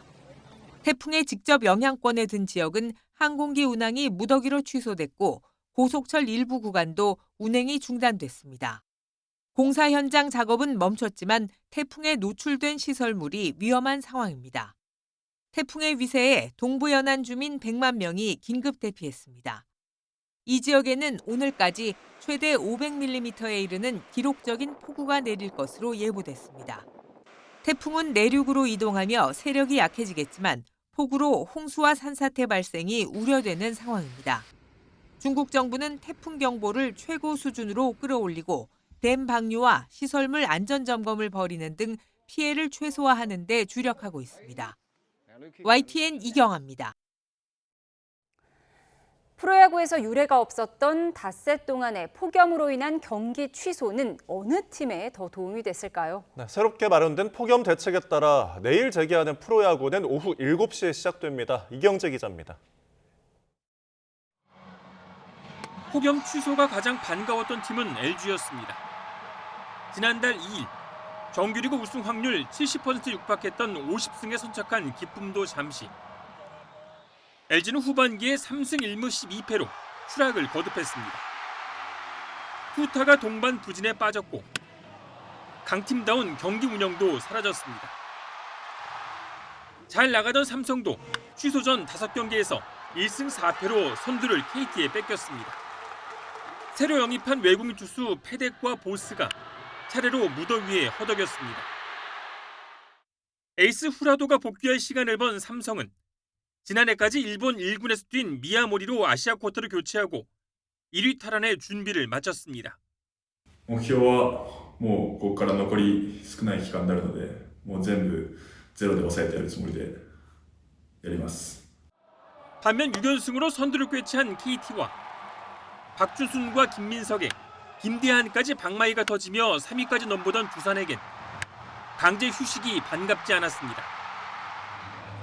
KT와 두산 모두 아시안게임 때 선발 투수가 2명씩 빠지는 상황이라 걱정이 더 쌓였습니다. 9월이 안 왔으면 좋겠습니다. 심적으로 부담이 되는데 제가 이번엔 꼭 도움 주고 싶습니다. 내일 다시 열리는 프로야구는 7시에 시작되고 3회와 7회 종료 후엔 4분씩 쿨링타임이 적용됩니다. 무더위 변수와 경기 취소가 어느 팀에 도움이 될지 후반기 추가된 관전 포인트입니다. YTN 이경재입니다. 제주 지역 골프장에 멧돼지가 나타나 이용객들이 대피하는 소동이 빚어졌습니다. 오늘 오전 8시 30분쯤 제주 서귀포시의 한 골프장에 몸무게 100kg의 가량의 멧돼지 한 마리가 나타났다는 신고가 소방에 접수됐습니다. 인명피해는 없었고 멧돼지는 출동한 엽사가 사살했습니다. 서귀포시의 경우 지난해 멧돼지 출현 신고가 51건에 달했습니다. 오늘 오후 3시 40분쯤 충북 영동군 황간면에 있는 단독주택에서 불이 나 20여 분 만에 꺼졌습니다. 인명피해는 없었지만 주택 일부와 집기류 등이 탔습니다. 소방당국은 정확한 원인과 피해 규모를 조사하고 있습니다. 서울시가 집값 급등과 고용 불안으로 힘겨워하는 시민들을 위해 3조 원에 육박하는 추가 경정 예산을 편성했습니다. 올해 2번째 추경인데 이번에는 주거 안정과 청년 지원에 무게를 뒀습니다. 이혜원 기자입니다. 이번 추가 경정 예산 규모는 2조 8천억 원입니다. 지난 4월 중동발 고유가로 추경을 편성한 데 이어 2번째입니다. 반도체 수출 중심으로 거시 경제는 뜨겁지만 민생 회복은 더딘 점을 고려했습니다. K자형 양극화가 심화되고 있습니다. 경제 회복의 온기가 시민들의 일상에까지 전달될 수 있도록 이번 제2회 추경을 편성하였습니다. 자치구 등으로 가는 법정 의무 경비를 빼면 재량껏 쓸 수 있는 건 8,100억 원 수준입니다.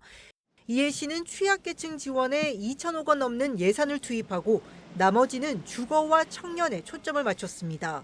우선 집 걱정 없는 서울을 만들기 위해 역세권 공공임대 주택 매입과 주거급여 수급자 지원에 570억 원을 배정했습니다. 청년에게는 부동산 중개 보수 등 주택 관련 비용 부담을 덜 수 있게 6억 원을 지원합니다. 특히 취업에 도움이 되도록 56억 원을 들여 50만 명에게 AI 이용권을 무료로 지급할 예정입니다. 시범 사업이다 보니까는 19세에서 29세고 50만 명의 기준은 저희가 지금 다각적으로 검토를 하고 있는데요. 이 밖에 민선 9기 신규 사업인 야간 경제 활성화를 위해 달빛 야장에서 쓸 상품권 발행에 11억 원을 편성하기도 했습니다. 이런 추경안이 여소야대인 시의회에서 그대로 통과하면 올해 총 예산은 56조 5,735억 원이 됩니다. YTN 이영훈입니다. 공군이 자랑하는 특수비행팀 블랙 이글스가 올해로 창설 60년을 맞았습니다. 혹서기에도 우리 군의 위상을 세계에 알리기 위해 고난도 훈련을 이어가고 있는데요. YTN 취재진이 방송사 중 처음으로 T-50B 고개비행 훈련에 동행했습니다. 나혜인 기자가 보도합니다. 국산 초음속 고등훈련기 T-50B입니다. 2011년부터 공군 특수비행팀 블랙 이글스가 8대를 운영하고 있습니다. 자국산 초음속 훈련기를 온전히 같은 기종으로 이렇게 특수비행팀을 꾸린 건 세계에서 우리 공군이 유일합니다. 편대비행에 참가한 6대 가운데 5번기 뒷자리에 탑승했습니다. 비행에 앞서 급격한 선회 기동에 대비해 중력의 6배를 견디는 가속도 내성 훈련과 저산소 적응 훈련, 비상 탈출 훈련을 거쳤습니다. 1번기 지휘에 따라 이륙과 동시에 일사불란한 오각형 대우가 형성됩니다. 시속을 수백 킬로미터로 끌어올려도 한 몸처럼 정교한 밀착 비행을 유지합니다. 몰아치듯 이어지는 수직 회전 기동, 멈추지 않는 롤러코스터를 타는 듯한 기분입니다. 최소 700시간 넘는 비행 경력과 항공기 4대를 지휘할 수 있는 선대장 자격을 갖추고 모든 비행 훈련 과정을 우수한 성적으로 마친 조종사관이 블랙 이글스에 지원할 수 있습니다. 부딪힐 듯 아찔한 고개 비행은 끝없는 반복 훈련과 동료가 약속한 대로 움직여줄 거란 믿음으로 완성됩니다. 온몸의 피가 머리로 쏠리는 배면 비행과 최고난도 교차 기동은 최대 중력의 8배 압력을 견디는 체력과 정신력을 요구합니다. 일반 분들을 후방석에 태운 거는 처음인데 이게 정말 기성 조종사들도 힘들어하는 비행이어서 저에게도 뜻깊은 경험이었던 것 같습니다. 관람용 특수비행은 최저 150m 낮은 고도에서 이루어집니다. 추락을 포함한 어떤 비상 상황에서도 관람객이나 민가에 피해를 주지 말라는 게 블랙 이글스의 제1원칙입니다. 20분 남짓 에어쇼를 위해 조종사는 물론 경비 안전요원과 특수촬영, 홍보팀 등 부대원 100여 명이 구슬땀을 흘리고 있습니다. 매 순간 흘리는 땀방울 하나하나가 대한민국 국격을 높이고 대한민국 국민들에게 큰 신과 자긍심을 드릴 수 있다고 생각합니다.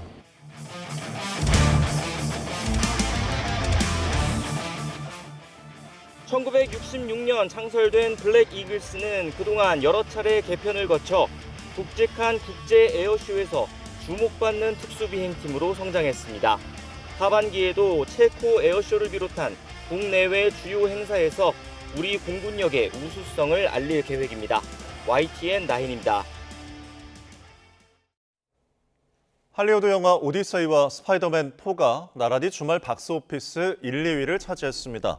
크리스토퍼 놀란 감독의 오디세이는 지난 7일부터 어제까지 133만 명을 동원해 누적 관객 187만 명을 기록했습니다. 이어 개봉 6일째인 오늘 오전 200만 관객을 돌파했습니다. 스파이더맨 브랜드 뉴 데이는 같은 기간 126만 명을 동원해 2위에 올랐고 오늘 오전 600만을 돌파했습니다. 소나기의 힘인 악령으로 노인의 건강 상태를 가늠할 수 있다는 연구 결과가 나왔습니다. 질병관리청은 국민건강영양조사를 토대로 65세 이상 노인의 근감소증과 악력 저하가 건강에 미치는 영향을 분석한 결과를 발표했습니다. 연령별 근감소증 유병률은 65에서 69세 4.4%, 70에서 74세 7.5%, 75에서 79세 9.4%, 80세 이상 26.9% 등이었습니다. 악력은 나이가 많을수록 떨어졌는데 악력 저하군 85%가 근감소증을 함께 겪고 있었고 악력 기능이 정상인 노인에겐 근감소증이 전혀 나타나지 않았습니다. 지난달 전 세계 바닷물 온도가 관측 사상 최고치를 경신하면서 지구온난화에 따른 기후위기 경고 등이 다시 켜졌습니다. 유럽연합 기후변화 감시기구에 따르면 지난 7월 극지방을 제외한 세계 해수면 평균 온도는 20.96도로 종전 최고 기록이었던 2023년 7월 기록을 넘어섰습니다. 기후당국은 대서양 해양 폭염과 적도 태평양의 엘니뇨 현상이 고수온을 유발했으며 서유럽 지역 역시 2개월 연속 역대 최고 기온을 경신했다고 밝혔습니다. 극한의 폭염은 누그러졌지만 여전히 날이 덥습니다. 조금만 걸어도 땀이 흐를 정도의 무더위가 계속되고 있는데요. 내일도 서울 낮 기온이 33도, 광주 34도까지 오르는 등 예년보다 날이 더 덥겠고 수도권과 충남 서해안, 호남과 경남 곳곳에는 폭염주의보도 계속되겠습니다. 내일은 중부지방을 중심으로 맑은 하늘이 드러나겠고 자외선이 무척 강해지겠습니다. 또 해안에서는 너울성 파도가 높게 일겠습니다. 한낮 더위의 기세가 조금 약해지면서 밤 더위의 기세 역시 조금 약해졌습니다. 제주도와 호남 일부 지역으로만 열대야 주의보가 남은 가운데 내일 서울 아침 기온이 25도, 광주 25도, 부산 24도로 열대야 기준인 25도를 웃도는 곳이 많지 않겠습니다. 낮 기온은 서울이 33도, 대전 32도, 강릉 28도로 서쪽 지역은 예년보다 1도에서 3도가량 높겠지만 동해안은 예년 기온을 조금 밑돌겠습니다. 이번 주 내내 내리고 대체로 맑은 가운데 33도 안팎의 무더위가 이어지겠습니다. 반면 동해안을 중심으로는 모레부터 비가 자주 내릴 전망입니다. 날씨 정보였습니다. 이상으로 월요일 뉴스원 마치겠습니다. 함께해 주신 여러분 고맙습니다.